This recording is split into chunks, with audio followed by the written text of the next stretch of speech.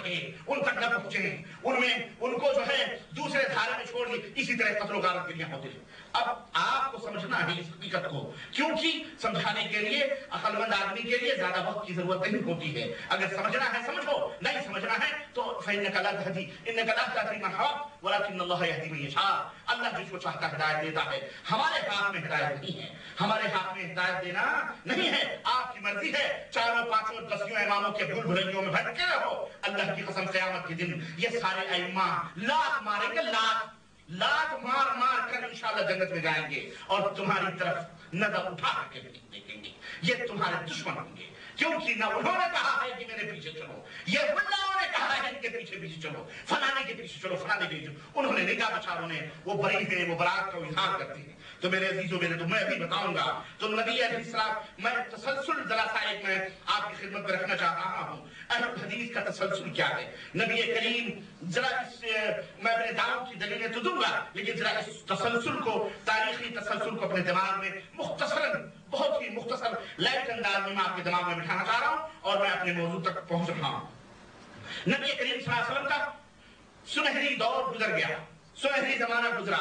मुसलमान एक किबला, एक ही नबी, एक कुरान, एक हदीस के मानने वाले, मोमिनीन, मुत्तकीन, मुहसिनीन, है ना, ताइफा मंसूरा जमाआ के नाम से पहचाने और जाने जाते थे। खुद नबी करीम सल्लल्लाहु अलैहि वसल्लम की जुबान से उन्हें जमात कहा गया, उन्हें ताइफा मंसूरा कहा गया। अल्लाह के रसूल सल्लल्लाहु अलैहि वसल्लम ने उनको बतलाया।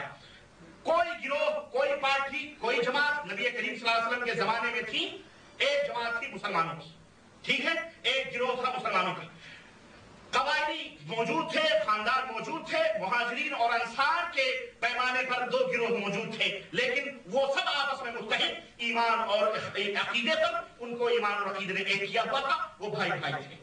एक वक्त ऐसा भी आया कि शैतान ने शरारत की और मुहाजिर और अंसार में इस तरह के कुछ ख्यालात और इस तरह के कुछ किसी मौके पर शैतानी अंदाज लगाने की कोशिश की और मुहाजिरीन अपने लोगों को पुकारने लगे, अंसार अपने लोगों को लड़ाई के लिए पुकारने लगे। अल्लाह के नबी सल्लल्लाहु अलैहि वसल्लम को खबर हुई, नबी करीम सल्लल्लाहु अलैहि वसल्लम चादर घसीटते हुए उन दोनों के दरमियान पहुंचे।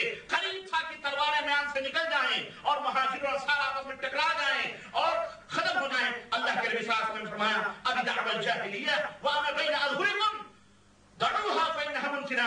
ए मेरे सहाबा, मैं मौजूद हूँ और ये जाहिलियत की तफरीक अभी से शुरू कर रहे हो, जबकि मैं तुम्हारे दरमियान मौजूद हूँ। अरे ये जाहिलियत के नारे हैं, ये जाहिलियत है, तफरका मत पैदा करो, इख्तलाफ मत पैदा करो। मैं मौजूद हूँ, फइन्नहा मुमकिना, ये गंदी चीज है, गंदी से परहेज करो।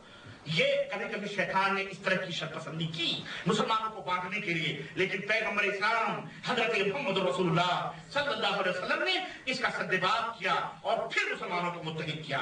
इस तरह से असबियत जाहिला का खात्मा, जाहिलिया का खात्मा हुआ। हर मुसलमान मुकम्मल इस्लाम का पैरोकार था और तमाम मुसलमान एक दूसरे के भाई भाई थे। न कोई निस्बत थी, न कोई तमीज थी, सब मुसलमान थे। अल्हम्दुलिल्लाह मुहसिनीन, मुत्तकीन के नाम से वो जाने और पहचाने जाते थे।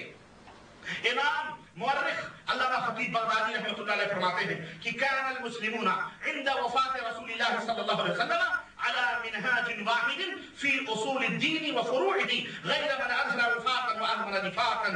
फरमाते हैं कि मोहम्मद रसूलुल्लाह सल्लल्लाहु अलैहि वसल्लम की वफात हुई और मुसलमान एक ही तरीके पर, एक ही मनहज पर, उनका उसूल अकीदा और उनके फुरुआत जो मसाइल थे सब एक ही तरह के थे, उनमें कोई फर्क और कोई तमीज न थी, सिवाय मुनाफिकीन के और उन लोगों के, उनकी बात अलग थी। लेकिन मुसलमान एक जमात, एक मिनहाज, एक तरीके के ऊपर कायम दायम थे। नबी अलैहिस्सलाम की वफात हुई और फिर सहाबा किराम के अंदर चंद जुज़वी बसीत इख्तलाफात पैदा हुए, मगर इख्तलाफात कई थे, मैं उन इख्तलाफात में जाना चाहता। और जब जब इख्तलाफात पैदा हुए, सहाबा किराम ने मोहम्मद रसूलुल्लाह सल्लल्लाहु अलैहि वसल्लम की अहादीस बतलाई, इख्तलाफात खत्म हो गए, इख्तलाफात खत्म हो गए। यहां तक कि खलीफतुल मुस्लिमीन हजरत अबू बकर सिद्दीक रज़ियल्लाहु तआला अन्हु पर की खिलाफत पर भी इख्तलाफ हुआ, लेकिन बिलाखिर नबी करीम सल्लल्लाहु अलैहि वसल्लम की हदीस पाक सुनकर तमाम सहाबा ने अबू बकर सिद्दीक रज़ियल्लाहु तआला अन्हु के हाथों पर बइत्तेफाक बैत की और एक प्लेटफॉर्म पर आ गए। कोई जमात नहीं, कोई नहीं, फितने मिट गए, दिल जमा हो गए और मिल्लत वाहिदा जस्द वाहिद की तरह बन गई और अबू बकर सिद्दीक रज़ियल्लाहु तआला अन्हु की क़यादत में ये उम्मत चलती रही। چند ایک حادثے فرقہ بندی کے زمانے ابو بکر صدیق میں ہوئے، جیسے مانعین زکات کا فرقہ نکلا، مرتدین کا فرقہ، مسلمہ کذاب کی نبوت کے اقراریوں کا، لیکن ابو بکر صدیق کی حکمت اور ان کی ہوشمندی اور ان کی دانائی اور ان کی تلوار نے ان سب کا خاتمہ کیا، اور اس طرح سے وہ فتنہ بھی ختم کر دیا گیا۔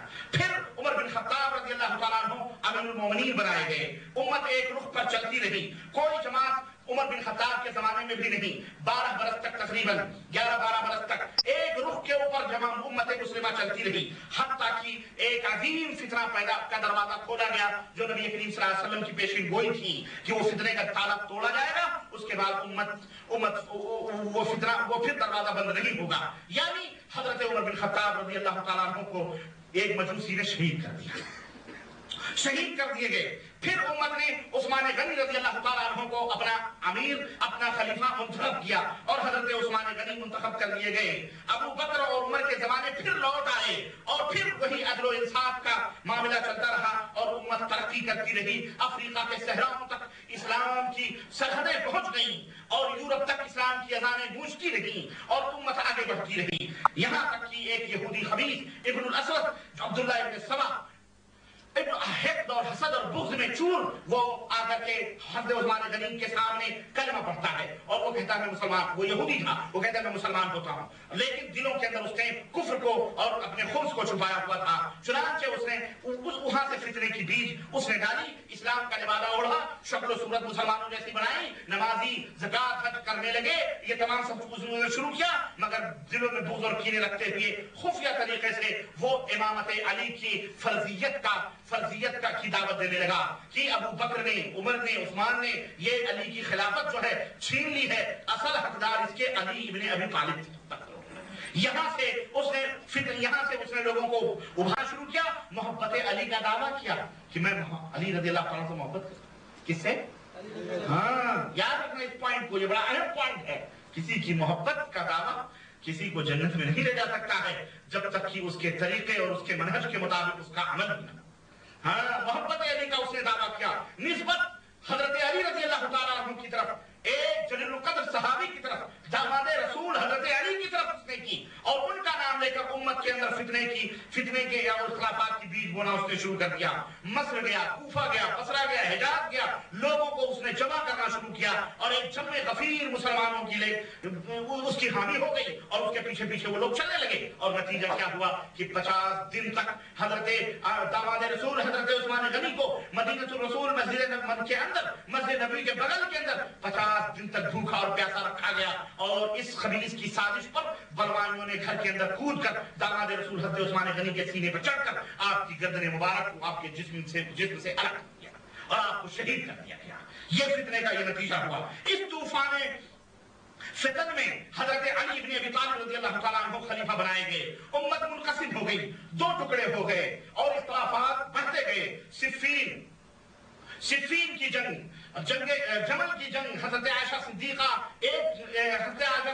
کی ایک پارٹی، حضرت علی کی ایک پارٹی، پھر جنگ صفین جو حضرت امیر معاویہ اور حضرت علی کے درمیان جنگ ہوئی، ہزاروں مسلمان شہید کر دیے گئے، اور ہزاروں مسلمان ادھر سے بھی اور ادھر سے بھی ایک دوسرے کے خلاف برسر پیکار ہوئے، یہاں تک کہ میرے عزیزو سن 40 ہجری میں خود حضرت علی ابن ابی طالب رضی اللہ تعالی عنہ کو مظلوماً شہید کر دیا گیا۔ اس طرح سے طبعی موت مرنے والے ایک خلیفہ حضرت ابوبکر صدیق ہیں، بقیہ 3 خلیفہ رسول جو تھے، حضرت عمر بن خطاب، حضرت عثمان غنی اور حضرت علی بن ابی طالب شہید کیے گئے ہیں۔ ہاں، شہید کیے گئے ہیں، سمجھ آئے گا آپ کو؟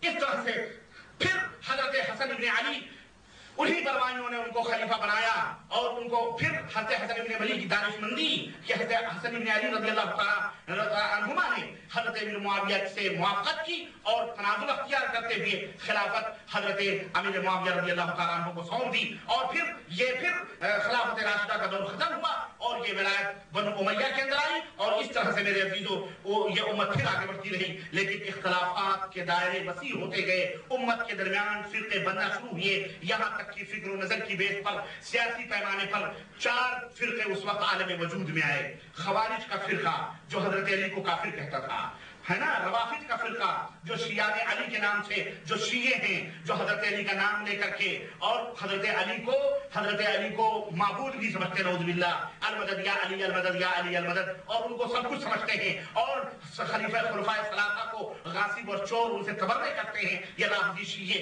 یہ یہودیوں سے بدترین لوگ ہیں، اللہ ان کے شر اور فتنے سے امت